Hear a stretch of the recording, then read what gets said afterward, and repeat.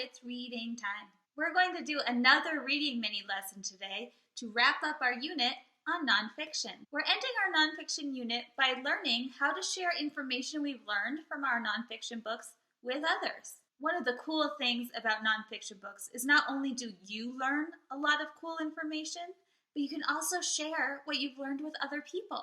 I do this all the time.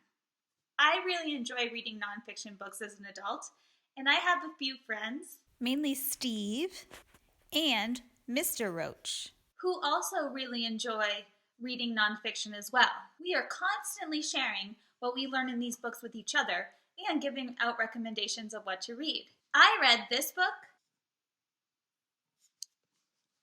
because Steve said it was super interesting and very well written. I read this book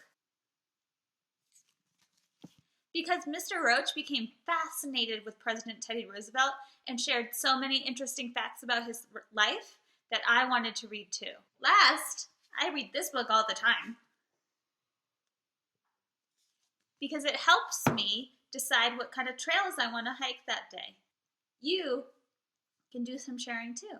Finding interesting things to share. To share a book like an expert, you first need to notice things worth sharing. So while you are reading your nonfiction books today, I want you to think about something that is very interesting that you learned from the book.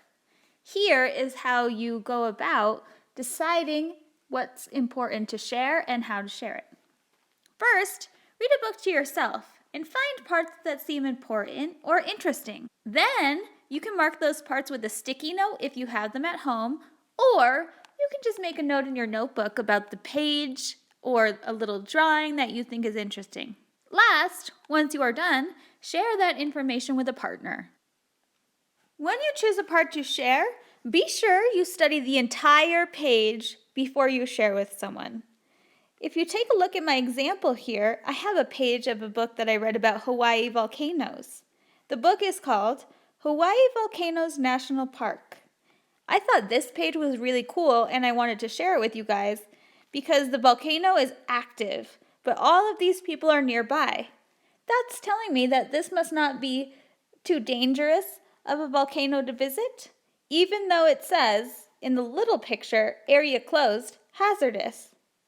Then the caption says, visitors see the park change before their eyes. So I'm noticing everything about this page. I read the words, I studied both of the photographs, and I read the captions before I shared it with you.